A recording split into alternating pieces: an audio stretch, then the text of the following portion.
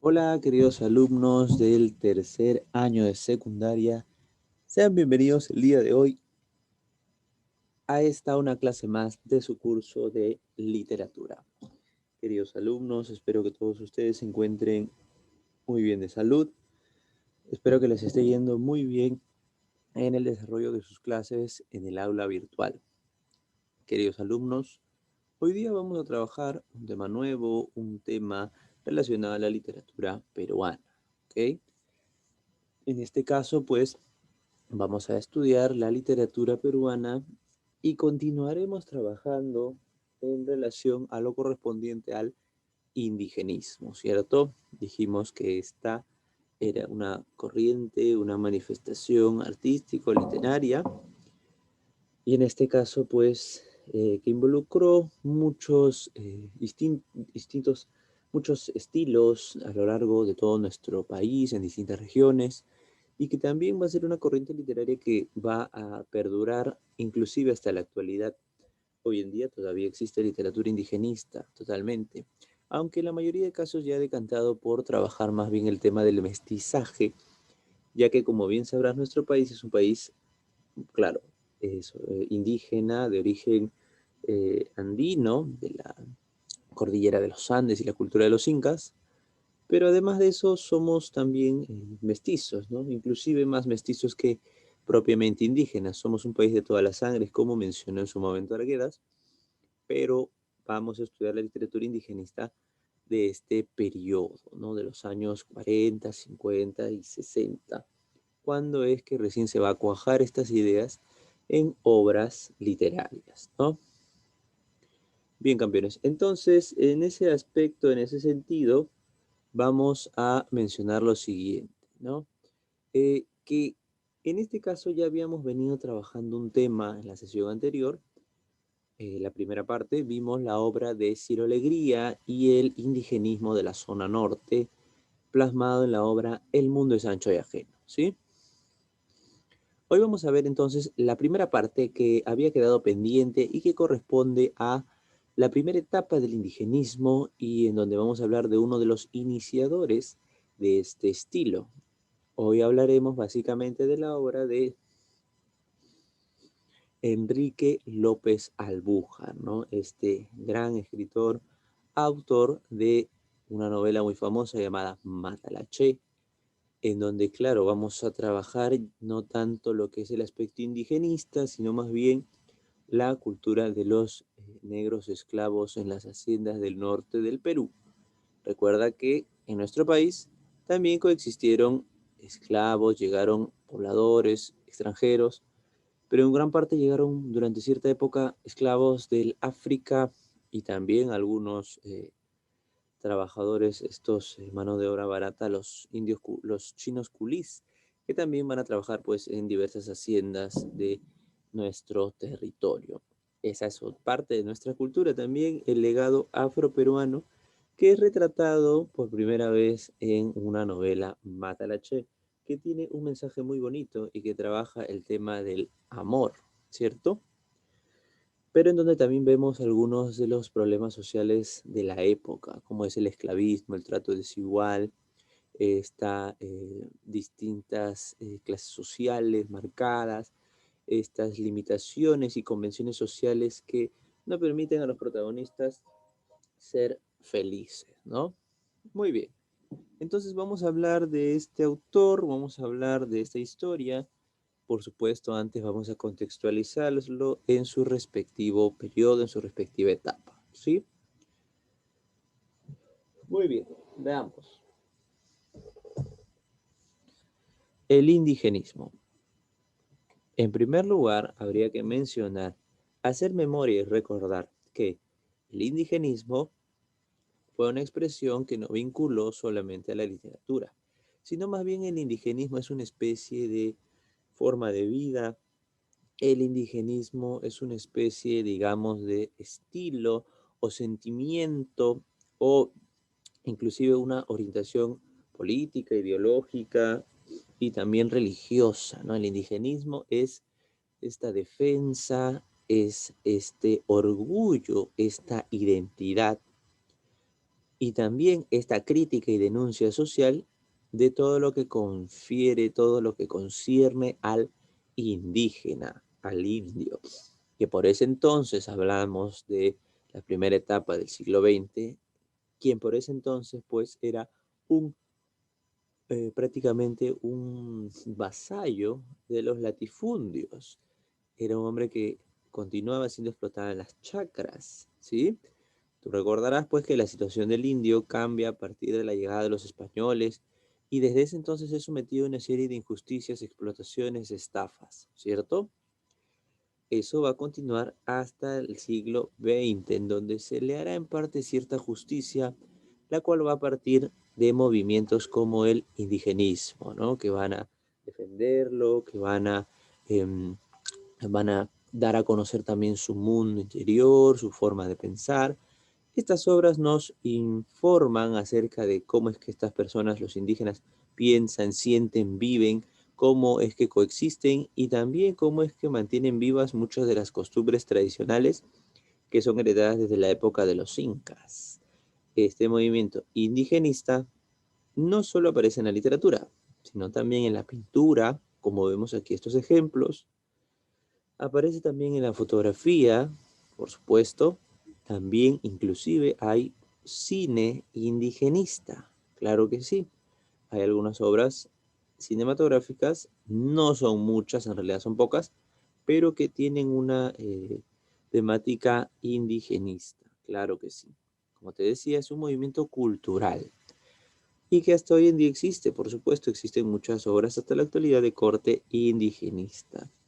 Algo que también habría que agregar aquí es que el indigenismo es una variación del llamado regionalismo, ¿ok?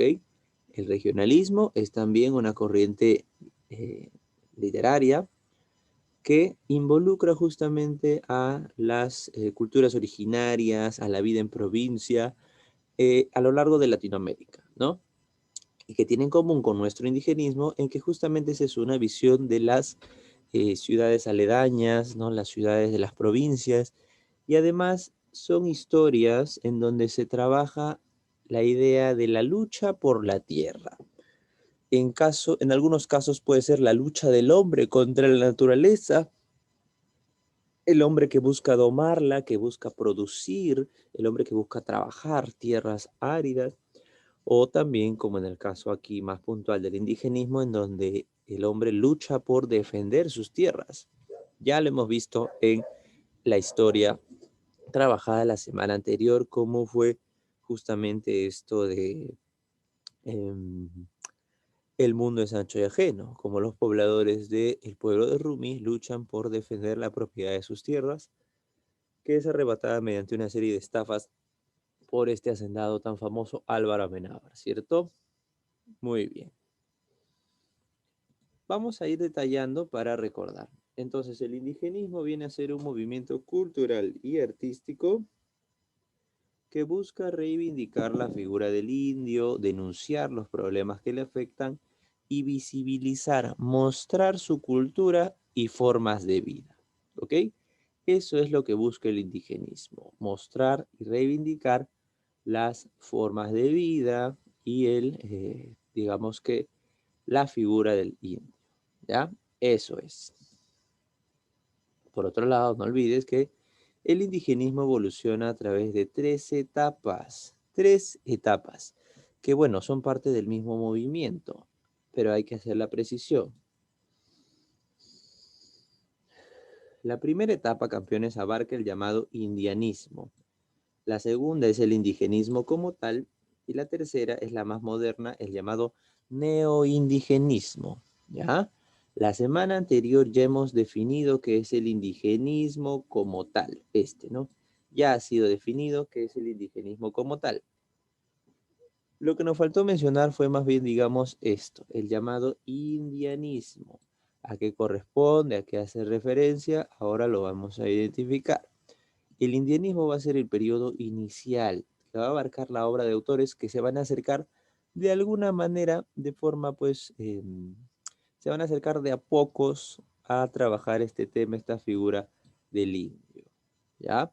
Vamos a ver cómo es que aparecen estas primeras manifestaciones y luego veremos la obra de en este caso de Enrique López Albújar, que tú seguro dirás, pero si profesor, Matalaché tiene que ver con la historia de un negro esclavo, un africano, ¿no? Un afroperuano, que tiene que ver con indigenista. Ah, lo que pasa es que Enrique López Albújar, antes de publicar Matalaché, publicó un libro de cuentos denominado Cuentos Andinos, en donde revela muchos pasajes donde los protagonistas son indígenas. Pero la visión de López Albújar es una visión contraria a la del indigenismo como tal, porque él no es tanto que defiende o reivindica, sino más bien que muestra ciertos comportamientos, ciertas historias y hechos que involucran a los indígenas, ¿sí? Aunque destaca, eso sí, el lado delincuencial, y lo vamos a ver también en uno de sus relatos que mencionaremos hoy, el denominado Ushanan Hampi. Vamos entonces, continuamos. El denominado preindigenismo o indianismo. Veamos de qué se trata. En este caso, pues el preindigenismo o también llamado indianismo viene a ser la primera aproximación a este tema del indio peruano. Recordemos que el indígena, el indio, el hombre del Ande, el runa, no había sido tema de nuestra literatura hasta ese entonces, sino más bien en algún caso habíamos visto pues alguna mención al pasado, a la época de los incas, o tal vez algunas menciones a algunos lugares representativos del Ande peruano, pero no había una mención del indio, ¿ok? En este caso, el indianismo sí se va a acercar, pero va a trabajar la figura del indio de una manera superficial, es decir, digamos que por la superficie, de forma muy vaga, ¿ya? Y va a trabajar también esta idea del indio como un personaje anecdótico, ¿no? Como parte de las historias. Ahora, antes ya el mismo poeta Mariano Melgar había tocado también un poco esta relación con la temática o el pensamiento de los indígenas, ¿no? Cuando trabajó el Jarawi y creó sus yarabís. Pero en ese entonces ya el indio era más bien una suerte de figura anecdótica, figura que va a ser básicamente un elemento accesorio, no es lo central, ni la preocupación se centra tanto en el indio, sino más bien es un elemento que utilizan, ¿no? En su literatura, ¿ya? En este caso, pues, la literatura indigenista tiene mucha vinculación con la narrativa del siglo XIX. Eso es algo realmente constante, ¿no? El estilo es similar al de la narrativa del siglo XIX. ¿Ok? Muy bien. ¿Qué más? En este caso recuerda que se emplea al indio como un elemento exótico y desde un enfoque paternalista. Recordemos eso, ¿ya?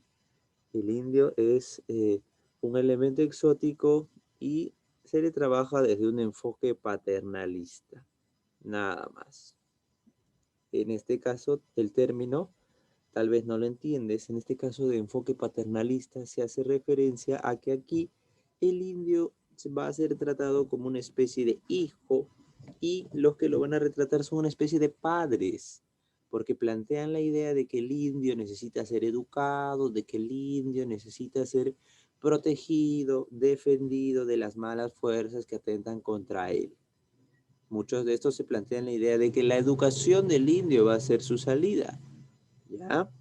Eso es básicamente la primera etapa, el llamado indianismo, que además tiene dos vertientes, ¿no? Hay un indianismo modernista y un indianismo romántico idealista, ¿sí? Muy bien, sigamos. ¿Quiénes representan este estilo, este enfoque paternalista, indianista? Van a ser básicamente escritores como Manuel González Prada, Clorinda Manto de Turner y Ventura García Calderón. Por ejemplo, Manuel González Prada ya trabajaba en sus ensayos la idea de la defensa de los indios, ¿te acuerdas? Ya hemos hecho mención a esto. Manuel González Prada planteaba en sus ensayos la defensa y denunciaba los atropellos también contra el indio. Él decía que el indio es el rostro representativo del Perú y que no merecía ese trato. José Carlos Mariátegui también en sus ensayos había analizado el problema del indio y afirmaba que su problema no es de naturaleza, digamos, racial, porque la raza no implica nada. El problema del indio tampoco no tiene nada que ver con su falta de educación, sino que el problema de que el indio vive en un estado de pobreza y viva siendo una especie de esclavo en las haciendas, claro, las haciendas de las provincias trabajando la tierra, se debe a que el indio no tiene un desarrollo económico, es decir, está sujetado. El indio no posee tierras, trabaja las tierras de los hacendados. Como no tiene nada, no puede desarrollarse, no puede crecer, educarse, progresar. Mariátegui decía que el problema del indio es un problema económico. Bien, ahora, el indigenismo como tal, ya esto lo hemos detallado en la sesión anterior. Vamos a plantear lo siguiente. El indigenismo inicia básicamente con eh, la publicación de este libro Cuentos Andinos, ¿ya? De Enrique López Albújar, nuestro autor del día de hoy. Este libro va a ser el inicio, ¿ya? El inicio de esta literatura. Pero lo curioso es que en Cuentos Andinos vamos a ver una representación más cercana al aspecto delincuencial del indio. Y esto tiene que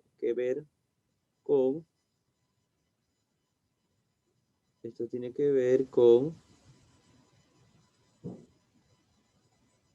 la vida del mismo López Albújar, quien era un, eh, quien era un, quien era un juez de paz en las provincias. Por eso él siempre estaba en relación con los,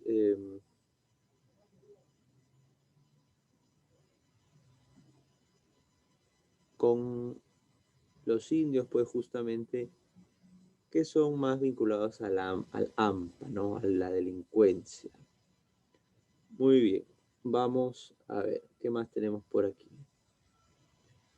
En este caso,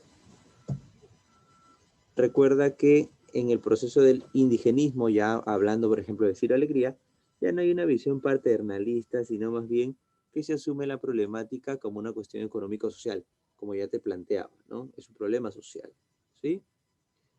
Ahora, ¿qué más? Vamos ahora a mencionar, bueno, ¿qué es el neoindigenismo? Nada más para pasar.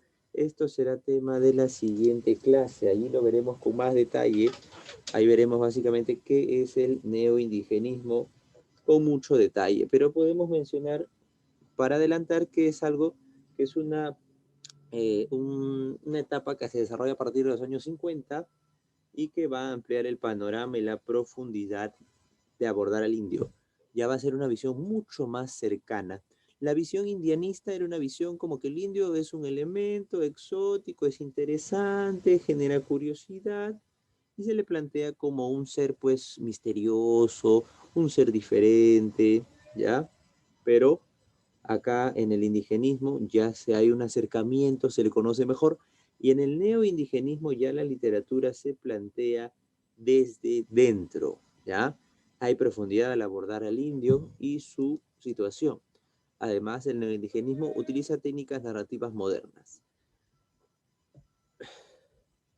Pero bien, vamos a hablar de Enrique López Albújar y las obras vinculadas a este periodo inicial. En el caso de López Albújar, recordemos que él es considerado el iniciador del indigenismo con su libro Cuentos Andinos, en donde destaca sobre todo el aspecto delincuencial del indígena. Recordemos que él era juez de paz en las provincias y él sobre todo muestra a indios perpetrando delitos y cometiendo atrocidades. ¿Ok? Eso es algo común aquí en sus cuentos andinos. Por otra parte, Recuerda que no solo trabaja la problemática de los indios, sino también de los negros. Vamos a ver ahora un poco acerca de su obra. Recuerda que su estilo suele ser directo, tradicional y descriptivo. Esta narrativa suele estar muy relacionada a la narrativa del siglo XIX, ¿cierto? Ahora bien, veamos. Algunas de sus obras son estas: Cuentos Andinos de 1920, Matalache de 1928 y Los Nuevos Cuentos Andinos del 37. Fíjate que estamos en las épocas iniciales, ¿no? Cuentos Andinos 1920. El indigenismo seguirá hasta la actualidad, pero inicia en estos periodos. En el caso de los cuentos andinos, es una selección de cuentos que destaca este aspecto delincuencial de los indios. Podemos mencionar aquí la historia Ushananhampi, ¿no? ¿De qué trata esta historia del Ushananhampi? En este caso, trata sobre un indio, pues, delincuente, ¿no? Que decía que en el pueblo de Chupán, el tribunal de ancianos había, pues, condenado a este indio llamado el Kunse Maille. Bueno, acá aparece una imagen representativa, ¿no? El grupo de ancianos había determinado que el Kunse Maille era culpable de un reciente crimen. Él lo explicó, lo reconoció, pero él aunque explicó el motivo también de su robo, no logró probar su inocencia.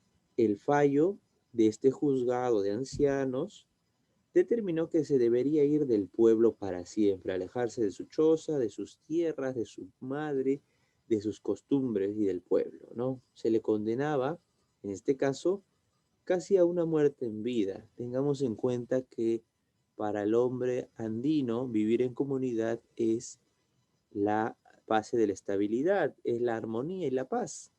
Pero vivir desterrado y alejado de los demás era una condena, ¿sí? Pero la naturaleza rebelde del Kunse Maille solo soportará un mes, y furtivamente una madrugada a escondidas este va a volver. ¿Para qué? Para ver a su madre. Pero en su regreso, este fue descubierto por unos vecinos que avisaron a los ancianos y todo el pueblo se enteró y salieron a perseguirlo a balazos. No estaba permitido él devolver. El Kunse-Maille logró subir al campanario del pueblo, se enfrentó, él también tenía una carabina, dio certeros balazos y mató a 12 pobladores, incluido uno de los ancianos.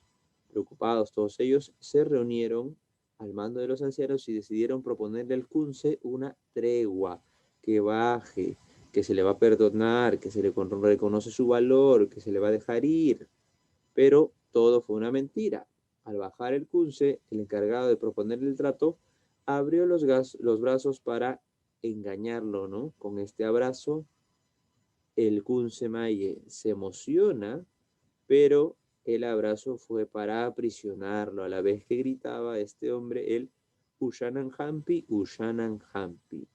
Furioso por el engaño, el Kunse Maye se enfrascó todavía en una feroz lucha y de una atroz cuchillada le arrancó la lengua al hombre. Mientras tanto, otros pobladores armados de fuegos, palos, piedras y cuchillos, aprovechando el descuido mientras luchaba, lo atacaron pues ya en grupo, ¿cierto? Con palos, piedras, cuchillos y balazos como pudo.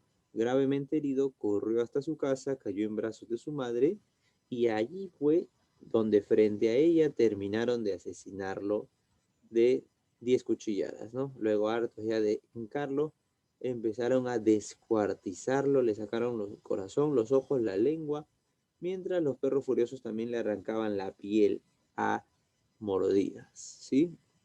Lo poco que quedaba del cuerpo fue paseado por el pueblo como escarmiento y sus intestinos, varios meses después ya secos, colgaban de la ventana de la abandonada casa. Bien, este es el Usharan Happy, cuento perteneciente a los cuentos andinos, ¿sí?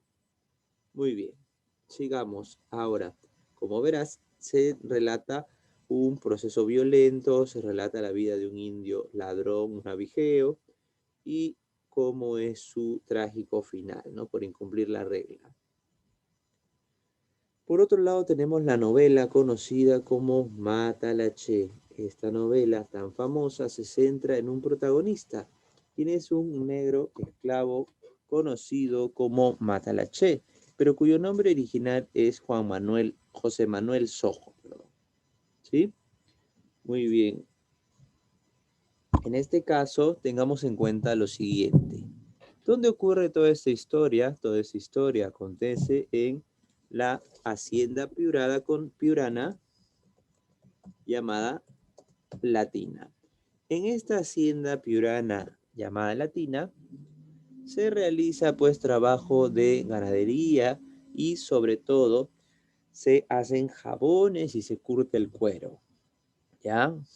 El dueño de esta hacienda es don Juan Francisco de los Ríos y Zúñiga, quien es un hombre adinerado de la élite que ha llegado pues a vivir allí a Piura y se ha sentado sus negocios.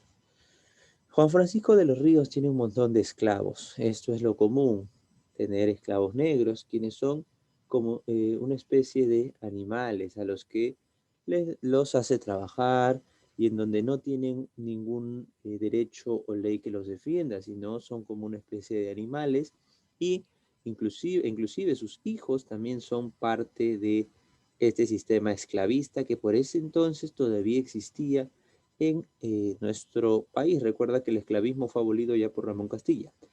Obviamente esta historia no es de 1920, sino que está ambientada un poco antes, ¿no?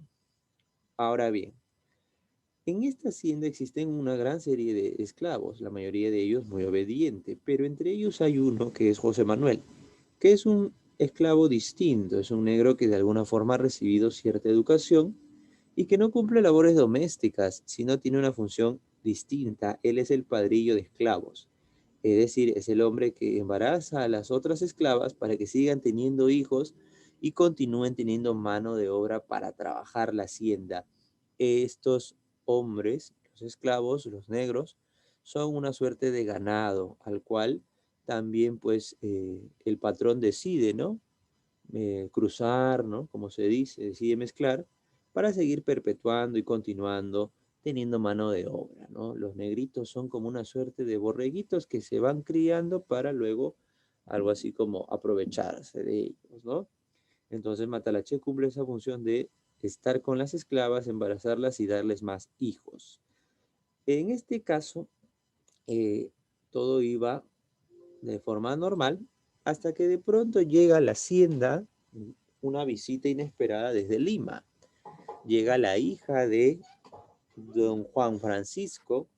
Su hija es la muchacha conocida como María Luz. Ella viene de Lima y tiene el deseo, la idea de quedarse a vivir allí, de conocer un poco más sobre este trabajo que realiza el padre en la hacienda, ¿no? Ella llega de forma inesperada y bueno, se le designa una sirvienta que le va a acompañar y le va a informar de todo lo que se realiza allí. María Luz, desde el llegar, pues a lo lejos divisa a Matalaché, quien era pues un negro alto, fornido, apuesto y que le llama la atención. Además, lo que más le va a interesar es esa forma en la que él es distinto, no es un ser tan, digamos, es un hombre de ciertos modales, es un esclavo, un hombre un poco más libre que los demás y tiene cierta educación. También se entera de su función en la hacienda. Todo esto se lo cuenta a la sirvienta Casilda y también pues explica por allí por qué le dicen Matalache, porque viene de un estribillo que otros negros cantaban que dice, cógela, José Manuel, mátala, che, haciendo referencia pues a este acto sexual que él realiza con las esclavas, ¿no? Él es un padrillo. Ese término, recuerda, ese que se le asocia también al ganado, a los caballos que sirven también para justamente eso, para la reproducción, ¿ya? Con el paso de los días, pues José Manuel conoce también a María Luz, se miran y María Luz pues empieza a sentir cada vez más interés por este hombre, algún deseo, un sentimiento hacia él. Asimismo, José Manuel también en algún momento le hará unos zapatos que él encomienda, con lo que le quedan muy bonitos y quedará más enamorada hasta que llega lo inevitable, ¿no? María Luz quiere estar con este hombre y concertan una cita a escondidas, la sirvienta Casilda le ayuda y le dice que se puede hacer pasar por Rita, una joven que quería tener hijos para seguir, pues, quería tener hijos, quería embarazarse, y había pedido al patrón que le pacte una cita con Matalaché. Entonces, María Luz, al enterarse de esa situación, se decide hacer pasar por Rita y va a esta habitación especial que tenía Matalaché y en la oscuridad se hace pasar por ella. Cuando es enviado Matalaché a cumplir su función a este cuarto, él le confiesa a esta supuesta Rita en la oscuridad de que no puede estar con ella porque está enamorado. ¿Y de quién? Pues nada más y nada menos que de María Luz. De pronto, esta misma confiesa y dice, soy yo. Y terminan pues ocurriendo lo inevitable. Se da un encuentro amoroso entre ambos personajes, ¿no? En ese momento son muy felices. Pero esto no va a ser eterno porque al paso de los días, María Luz descubre que está embarazada. Y esta es una situación realmente, ella lo va a ver así, indigna, inesperada y que simplemente no puede ser. Él es un esclavo y ella es hija del patrón de la hacienda. Entonces, María Luz no sabe qué hacer, está preocupada, tiene temor, miedo de lo que pueda pensar la gente, de lo que le va a decir su padre y intenta inclusive en un momento quitarse la vida, pero luego decide realizar un aborto, ¿no? Tomando unas hierbas, unos menjunjes medio venenosos que terminarán no realizando esa función, sino más bien que le terminan quitando la vida. Así muere María Luz y luego, pues el padre Juan Francisco mata a José Manuel. Lo lanza en una tina donde se prepara el jabón, una tina de grasa, ¿no? De agua hirviendo. Y ahí es cuando también José Manuel muere, pero no sin antes realizar un discurso criticando y un discurso denunciando la discriminación que persiste y que Juan Francisco está cometiendo, ¿no? Simplemente por enamorarse, por amar y por tener un color de piel diferente, lo condena a muerte y no le permiten pues vivir este amor, ¿no? El mismo José Manuel tiene un discurso crítico y en donde destacamos esta frase, ¿no? ¿Qué se figura, señor don Juan Francisco, que yo soy un esclavo como los demás, que no sabe lo que es un hombre y una bestia y que todos tenemos el derecho de vivir libremente? Ahí es cuando le critica, ¿no? Y le dice, yo sé la diferencia, yo no soy una bestia, yo tengo el derecho de ser libre. Así termina pues esta historia, muere José Manuel también y a los pocos días la hacienda cierra y es vendida. Muy bien.